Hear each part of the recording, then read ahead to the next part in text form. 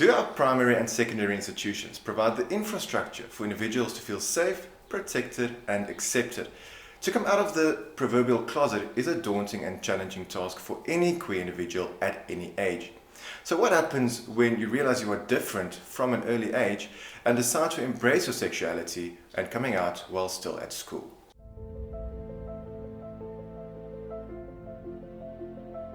Welcome to WQMD episode 2.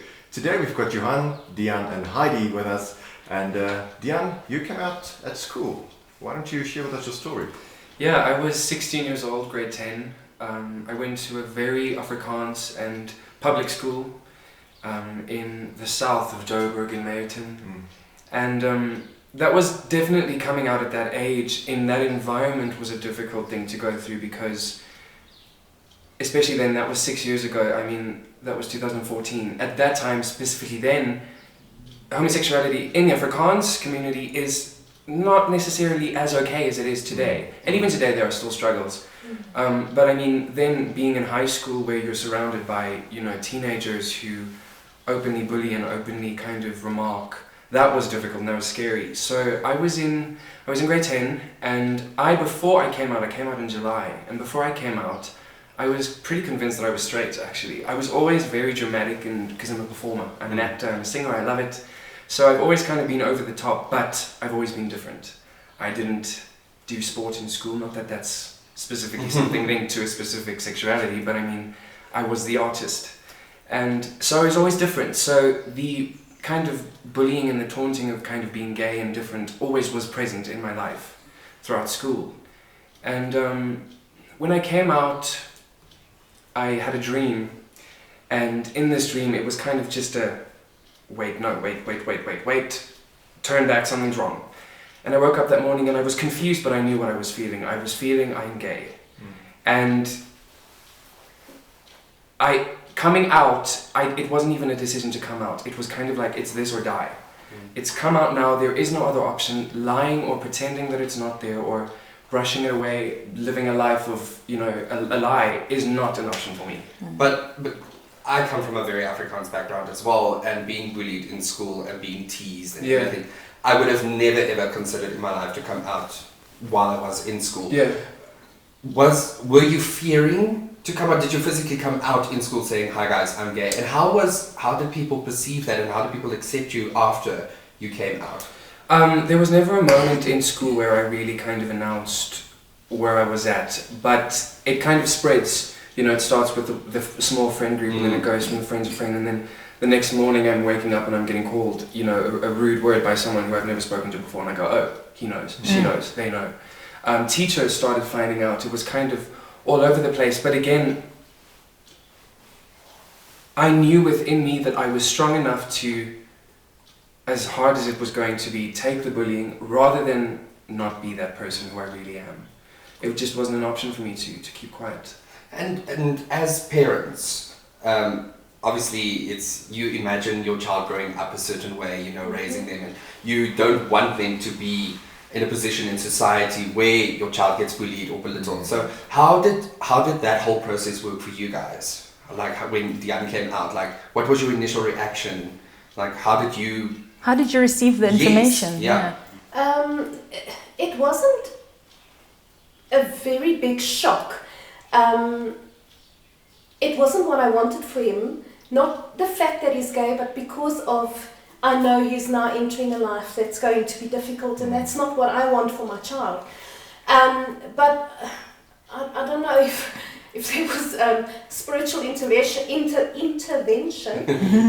but I was very calm, and the first thing I said to him is, my boy, this is fine, but let's get help. Not to change you, but to help us with tools, how to cope, what's the next step, how to handle things if we do get confronted. That was quite a difficult thing to go through, because I had to face some horrible truths in my life about things that I believed and things that I was told when I grew up, and I had to do a lot of introspection and a lot of mental changes and whatever. But it wasn't it wasn't upsetting our lives, it was just changing our lives. I'd like to ask you a question because Yes. there's an old saying that goes that mothers know. And you literally said now in your opening line, that it wasn't a surprise for us. But obviously receiving the information is different. I also fully believe that mothers do know. Please break that down Yes, for I us. do believe we know. We don't want to admit it. Okay. But when the facts hit us in the face, it's like, okay, here it is. Dihan gave me a lot of clues. He was a very small boy, and he often came to ask me the question, Mommy, why am I different? Oh. And as he grew up, that question changed into, Mommy, am I gay? He asked me straight to That's my what I was face. hearing at school. Yeah. You're gay, you're gay, you're gay. So I was going, but am I? Yeah. So those questions came all the way. So when he actually came out and said, all right, listen, Mom, Dad, I'm gay. I think, in the back of your mind, it was expecting it. Okay. Yeah. And Johan, for you as a father? Well, we have two boys, so and I'm a firm believer of do not force any person into something that he is not comfortable with or want to be. So my other son is the one that will work with me, welding, grinding, drilling, whatever the case may be. Dihan from small age was the artist, and that was the part that I supported. Yes, like Heidi said, we knew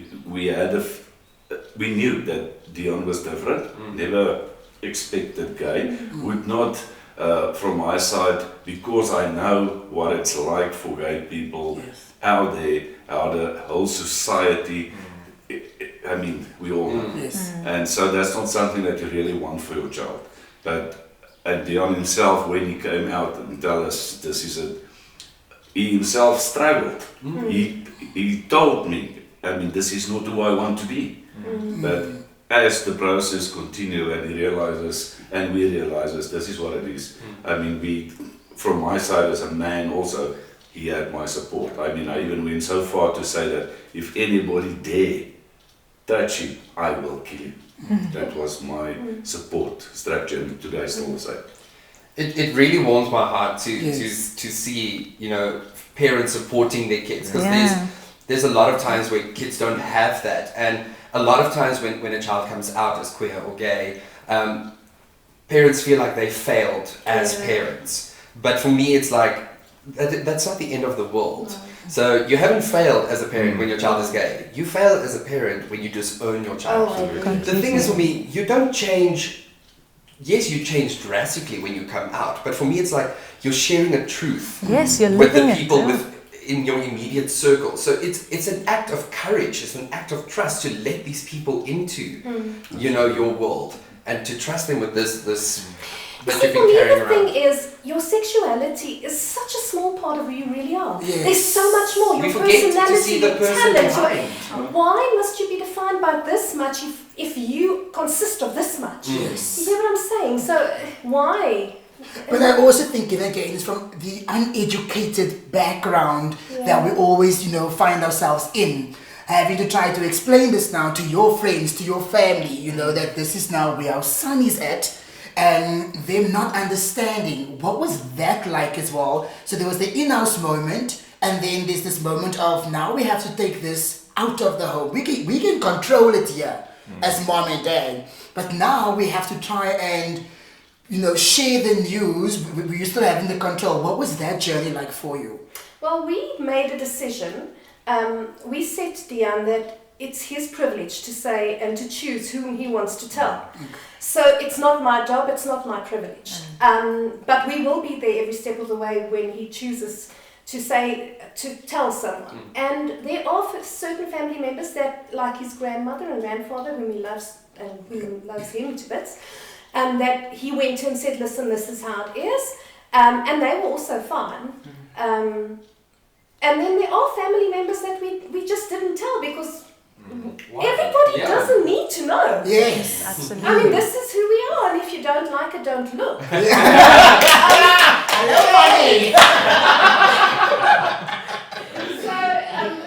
So we don't walk around informing everybody. If you don't have enough brains nice house to put one and one together, well then. Dihan, I just want to ask you, so just to come back to the school while you were coming out still in school, you were bullied, but were there any form of support structure within your school environment itself? No, there wasn't. That was kind of something that an aspect where I would consider myself to have been alone in. Not necessarily, I had friends and people who, of course, you know, one or two best friends that would be there for me. But as far as teachers went, as far as, you know, a school kind of guidance system or something, it wasn't there. I remember at one point I went to a teacher and I said, this guy's bullying me and he's calling me this and he's hitting me and I don't know what to do. And she said to me, well, that's just what school is, sorry. You see, and that upsets me because teachers are supposed to stand up for the kids. Absolutely. I mean, we're in high school and, you know, primary and secondary educations for 12 years of our lives. We spend most of our times in those institutions.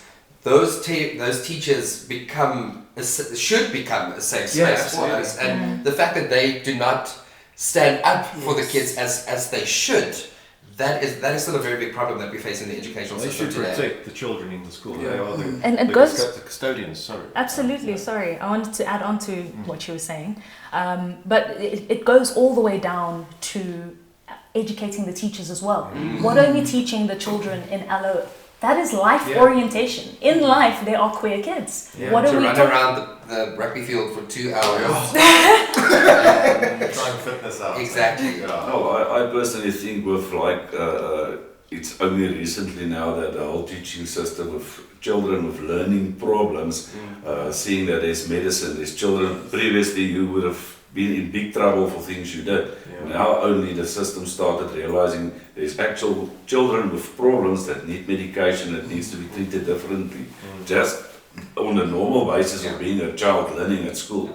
And I think with being gay or different is something that's only going to start now. I mean, it's taking years for this to really penetrate the society to understand that these guys need help. And to change the future behavior of society, obviously regarding LGBTQ, you need to change the behavior at school, and you need to educate them at school, and it needs to be part of the curriculum that we're no longer in a society where it's heterosexual relationships is the only way, but there's a variety of relationships that's a reality and legal, and you know, society and children, or especially at secondary and primary school, they need to know that that there are different kinds of relationships, and they shouldn't be afraid to talk about it. Yes. I mean, it is part of our everyday society. The earlier that kids, I feel, get exposed to these things, it becomes a normalized thing. Whereas later in your life, where you get exposed to it, like, you fear it, you don't know what is happening, so you act a certain way towards it. Whereas you're young, you know. And Dihan, apologies, what advice would you give to your peers about coming out? Looking back now, the lessons you've learned and who you are as a person now, what would you say to them? You know, I'm 22 years old now and I have studied. So I've been lucky enough to since then have grown up, especially in the performing arts industry, where it is kind of a safe space for everyone. So I'm quite lucky to have been through that process, been able to then start loving myself and be able to accept myself. Like in the beginning I said to my parents, I don't want this. Now I'm comfortable, I wouldn't have it any other way. And that bright light at the end of the tunnel is so small when you're young. And so I think my honest advice would be just find that light. It might be in someone at school. Maybe there is a teacher that you can go to. Maybe it's a best friend.Maybe it's someone on the show. You can there is someone who will let you see that light. And I think through that, start talking to them. Just you don't have to you know, tell it to the world. Just figure it out for yourself. You're the only person that matters in this whole equation. It's you. How do you feel about it? Am I okay with it? Yes. Okay.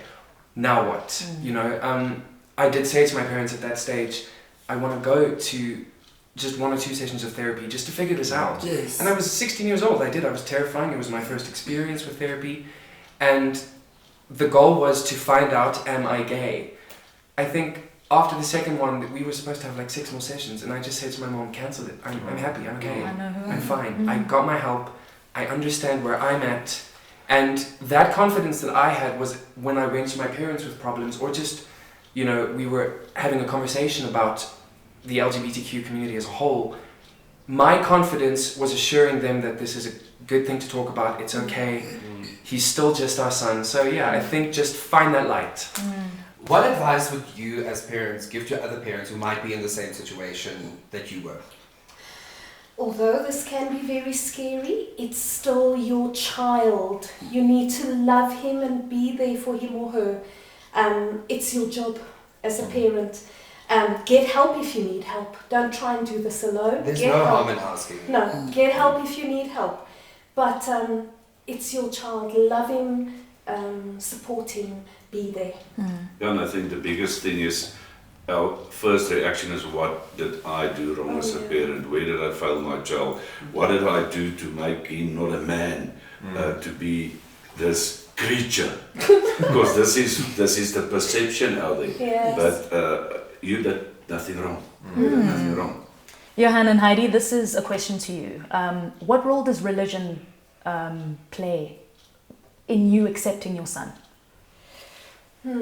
That's a difficult one. Because the people that confronted me the most were people from religious backgrounds. Yeah, my personal opinion is, I believe there's only one God, there's only one creator, and he created my son. Who am I to question him? So for me, that's not an issue. I had a friend who is a pastor in America who, via Facebook, tackled me over and over again about how wrong it is and how I must work. And I eventually said to him, listen, if you want to throw me with verses, let me throw you back with one. Let the person who's without fault throw the first stone. Yes. And he left me alone from there on. I mean, really, if you want to be stuck on one stupid verse that says, to the abomination in the eyes of God. I mean, what about the rest of the Bible where it says love each other, accept each other? What about that? Why? So, yeah, it's difficult if you are, you know, like coming from a very... But if you see God for who he is, and God is love, then you can't... Then this should not be an issue. He's a creator. I mean, and he's creative in every aspect. We were all meant to be the same. No, then we serve a different God, you know. Yeah, so, absolutely. 100%, yes. And just to plug in there, but we're actually, if for anyone who missed it, we did actually handle or treat this topic of religion in season 1. So they can always just revert back to season 1 on more questions regarding religion. Yeah. But it's really lovely to also have it from your perspective, you know, because I recognized you said at the beginning that there were a couple of things you had to let go of, you know. So I think we were assuming that must have been one of those as well. So It was. Okay. No, it was. Yeah, we've definitely not changed religion. I mean, we still have the same beliefs and that we still had. I think the biggest thing here, and we had to talk to a few people and to a few preachers. We also had one of our own preachers that was much more supportive at the end of the day that we actually thought is possible. And I think as long as you feel that this is a choice, you will never understand it. Oh, It yes. took us some time also through the therapy that we went. You need to get some facts and to understand that it wasn't the choice that you made to be different. would you say from therapy as a family, that was the one thing that stood out the most for you on the journey? For the initial part to understand what is happening here. Yes. Why do you choose to be gay? Yes. He didn't choose it. He didn't want it. The thing is, I always say, nobody chooses to be gay. You choose to accept it. Nobody goes and chooses to be in a minority group or to be bullied or be belittled or anything. You accept what's happening. You make that choice to accept who you are as a person and take it from there. That's where your choice comes in, whether you accept yourself. Yeah. But you can't choose to feel attracted to someone. And in part of that choice is whether I'm going to embrace my son Yes. and walk the road of him, or decide I kill you now, get out of my life. And That I'll never do that. honestly, That's a choice. for me, it's like there is murders, there are terrible things happening in the whole world. And we're out here Fighting about love. about love. Yes. You know, It's crazy. it makes no sense. And Shanae and Dihan, you both spoke about accepting yourselves first, and that's what's the and inviting people into your world. And I actually read an article not so long ago that my partner and I spoke about, and it was about inviting in as opposed to coming out. My girlfriend explains it very well. She says, basically, when you're coming out, it's almost as if you are in this dark hole and everyone else is around it and they're living their lives and they're happy, and you have to come out of this dark hole to be accepted. Whereas inviting in is as if I've accepted who I am. I have a community of people who love me. In this world, I am me and no one can tell me differently. So instead of saying, it's a suggestion, but instead of having to come out, we invite the people around us to come in. You do not have the right to judge who I am. I already know who I am. Yeah. So it was just such a lovely way of thinking, and that's something I really wanted to share with people, to look into that. And there's so many articles about it. What I like about what you're saying now is that you actually take back your power. Yes. And you choose who you want in your life. And that's nice. So, yeah, I like that way of looking at it. Yeah. And I think it's important as well for the conversations one has with yourself. You mentioned there was a dream that happened, and that dream kind of was the trigger. Yeah. What led up to that dream? What was that moment where you was like, okay? Do you know what? It goes the way a 16-year-old's dream goes. There was a cute boy. I can relate.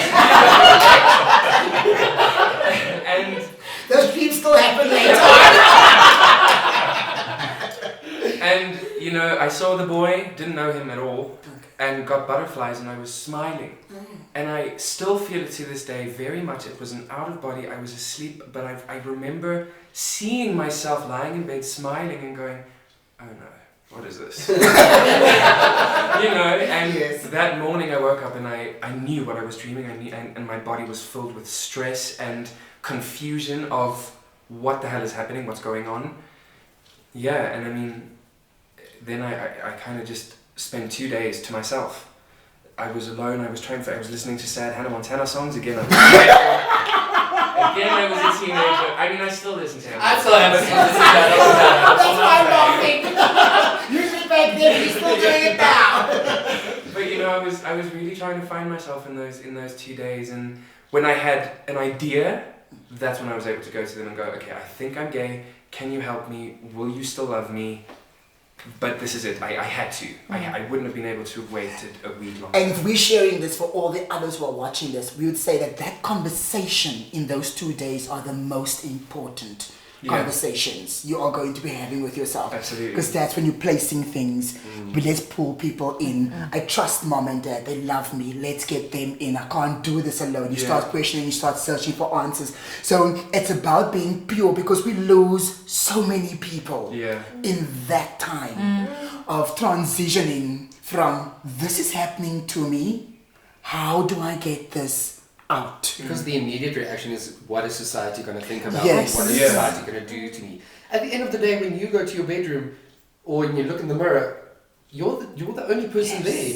You're the only person that matters is you, yourself, and I. Yeah. Oh, how I wish for a world where children do not have to go through Exactly. Just bring People real can just home. be. Yeah. I just want to say I have the greatest respect Sure. for your courage, for coming out in school and living your truth and being who you are authentically, and even more respect for you as parents. And admiration. Yes. to embrace and love and uplift and support your child. I think if there's one thing that I can take from this is that there's nothing greater than love. Yes. Yeah, absolutely. Yeah. And we need to understand how rare it is, that this story is as powerful as it is, that it has such power, and that you should be so proud of yourselves because you've broken, so I can't even speak anymore, you've broken a chain. And yet from the community that you came from, the fact that your son was going through his personal challenges and you stuck by him, you found the solutions, and this is what we need to share. This is what everybody needs to know, that actually there are solutions that there are ways as a family that we can do this, because so many stories don't look this beautiful, No. you know? But on that note, I just want to say thank you so much for coming on to WQMD, and I trust that this story will touch so many other people out there, give other people hope, inspiration, and from the bottom of my heart and from the team, thank you so much. Thank you so much for having us. Don't come out if you don't want to. Don't come out because society expects it of you or because you are forced to. Coming out is your story, it is your journey, and you should realize that after coming out, life is still worth living. Tell your story, come out when you are ready, and remember that you don't need validation from anyone. Accept yourself, love yourself, step out and live your life.